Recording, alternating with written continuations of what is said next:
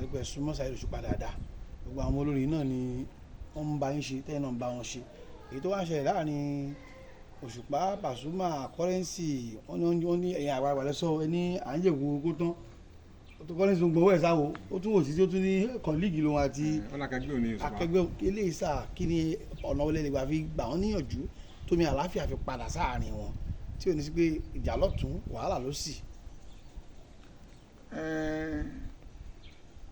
Saheed Òṣùpá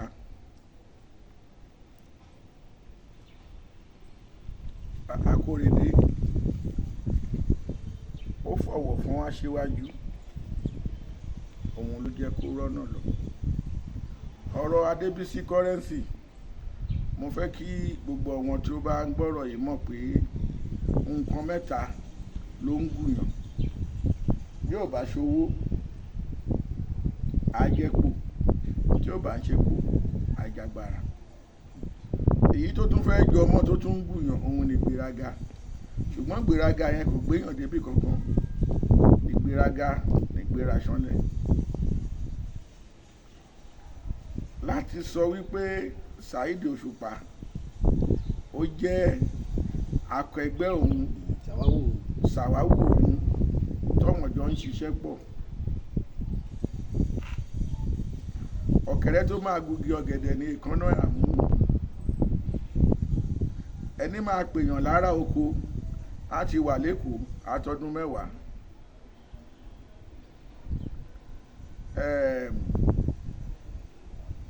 Saheed Òṣùpá ṣe nǹkan kan lẹ́nu ọjọ́ mẹ́ta yìí nígbà tó dé pátì kan tọ́wọ́n dárútúrútú òfarun wájú pọ̀ mọ́ ti papọ̀ tó ń sọ fún pé ẹkùn ọkọ Wàsíù Àyìndé ó dúró ń bẹ̀ lẹ́sẹ̀kẹsẹ̀ ó sọ di ìjà mọ́ wọn lọ́wọ́ pé láyé àti láyé yín ẹ má sọ bẹ́ẹ̀ mọ́ bó ṣe yẹ kán ṣe nìyẹn.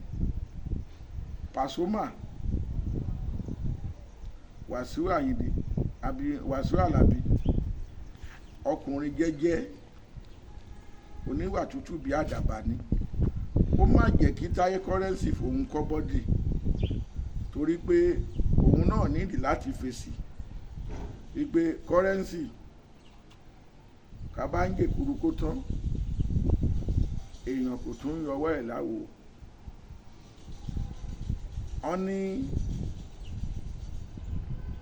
wọ́n ní ẹ̀gùn kò igun wèrè alẹ́ àwòbá.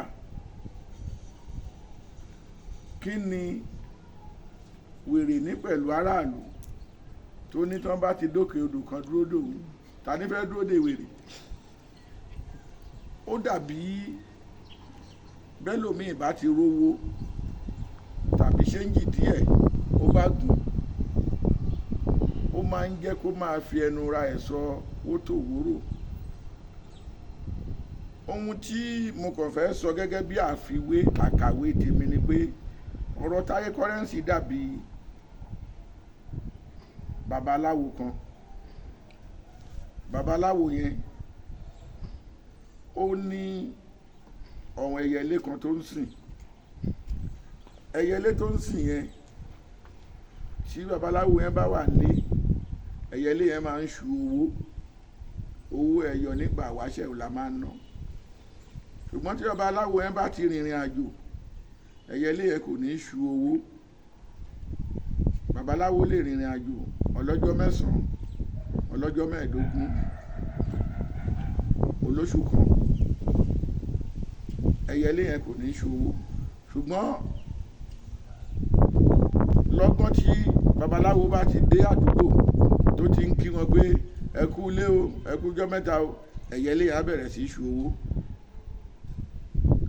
Babaláwo yẹn wá ti mú gbogbo àwọn ìyàwó látòrí ìyàwó ó ti mú wọn lólè aláṣejù pé owó tẹ̀yẹlé ìṣú lẹ́ni nìkan lòun bá yìí tó ti ń ṣu láti bí ọjọ́ 15 tóun ò ti sí nílé ìbólẹ̀ kó sí ó lè níyìn ìwọ ìyálé ló lè ó lè lọ ìwọ ìyàwó ló lè ó lè lọ ìwọ gẹtìmánù ló lè ó lè lọ ẹ̀yin ọmọ mi ẹ̀yin ló lè ó lè wọn lọ. Agboolé tó ti kún ṣọ́ṣọ́ṣọ́ tí èrò kò dà nínú ẹ̀ ẹyẹlé yìí sáré pé òun fẹ́ fọ́ agboolé yẹn dijọ́ kan ní ọ̀rẹ́ babaláwo yẹn wá ló wá ní ìwọ babaláwo ọ̀rẹ́ mi, ẹyẹ léyìí ti túlé ká mọ́ ẹ lórí. Mo ń fi ọ̀rọ̀ Táyé Currency ìwé ẹyẹ lé ìgbà yẹn o. Ẹyẹ léyìí ti tú ìwọ tó yẹ pé gbogbo ilé ẹ máa ń kún fèrò àti fún pé ó ti torí ìgbé tẹ́yẹ léyìí owó tẹ́yẹ léyìí ń ṣu, ó ti fi lé gbogbo ọmọ ìbátan ẹ ọ̀rẹ́ ẹbí dànù tán. Ṣó o kíyèsí gbé tí ẹyẹ lé ẹ yìí máa ń ké ni? Babaláwo yẹn ni ó yá ṣe káwò. Ó ní ìgbé tí ẹyẹ lé ẹ ń ké ni pé fọ́bi fọ́ràn ó ní fọ́bi fọ́ràn lẹyẹ lé ẹ yìí o, tó o bá sí nílé kì í máa ń ṣu owó, tó o bá ti dé ló máa ń ṣu owó, torí pé ó fẹ́ jẹ́ kí gbogbo aláàánú olóore kan rí ẹ gẹ́gẹ́ bí èèyàn burúkú, kó wá kù wá àtòun nìkan. Fọ́bi fọ́ràn ni Adébísí, kò dẹ̀ ronú ara ẹ̀. Béèyàn kò bá rò pilẹ̀, ṣóun rò pé òun lè débi tó dé yẹn lónìí? Ṣó rò pé ibi tó gbé dé ó lè débẹ̀? Wàsíù Àyìndé tó jẹ́ Olúayé, ó tẹríba fún Barrister ló ṣe dépò tó dé yẹn. Ó wá dọ́gbọ́n fẹ́ fi Saheed Òṣùpá ó fẹ́ fi kọ́ bọ́dì. Ṣé bí irú ni rùrí? Àjànàkú ọ̀rẹ́ mi Saheed Òṣùpá ó kọjá, mo rí nǹkan fìrí o. Ajá tó ń lé kòkò ni ó ṣetán tó fẹ́ fẹ̀jẹ̀ wẹ̀. Ẹni tó gbọ́n òun lẹni tí ó ń rí ọ̀rọ̀ tí kì í sọ. Àwọn kan náà ló máa ti Adébísí o, Currency o, torí ìgbà tí ọ̀rọ̀ yẹn ṣẹlẹ̀, bóyá èdè tí Saheed Òṣùpá pè òun ló fà, ṣùgbọ́n ẹni tí ọ̀rọ̀ yìí kù sí lọ́wọ́ tó lè tètè bomi paná yẹn kó tó di ohun tí agbára panápaná kò ní ká, òun ni Wàsíù Àlàbí Pasuma, láti pe Currency kí Wàsíù náà dẹ̀jẹ̀ kan mọ̀ pé Wàsíù Àlàbí mọ̀ pé kò sógun mọ́, kò síjà mọ́, òun àti Saheed Òṣùpá èèyàn kan ò lè dá ìjà wọn lẹ̀. Kí Erinmi Òkè àti Erinmi Odò, Ìjàpá fẹ́ dájà wọn lẹ̀, ó wá lọ so kù mọ́ wọn Erinmi Òkè àti Erinmi Odò.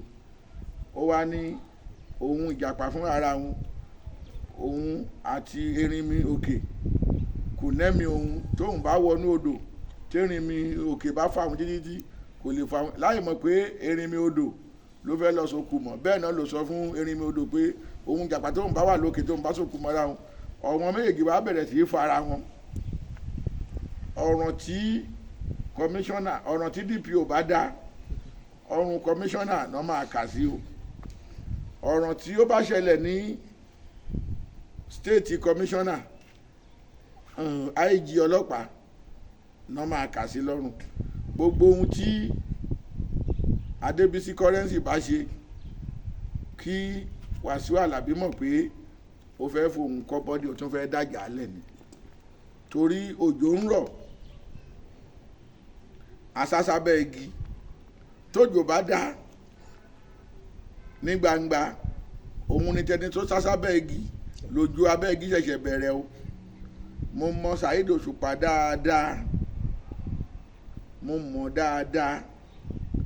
Caterpillar ni tó dúró tìkanra, ìpọ̀nrí máa pọ̀npọ̀n tirẹ́là tó bá lọ kọlù, ó ṣetán tó fẹ́ parẹ́ ni o. Aláṣọ kan alákìísà tó ń jó lóru ni, bílẹ̀ bá mọ́ bá gbogbo ayé á mọ̀ pé alákìísà ni. Ayé ni rọ́mọ ọ̀run ògbèké o.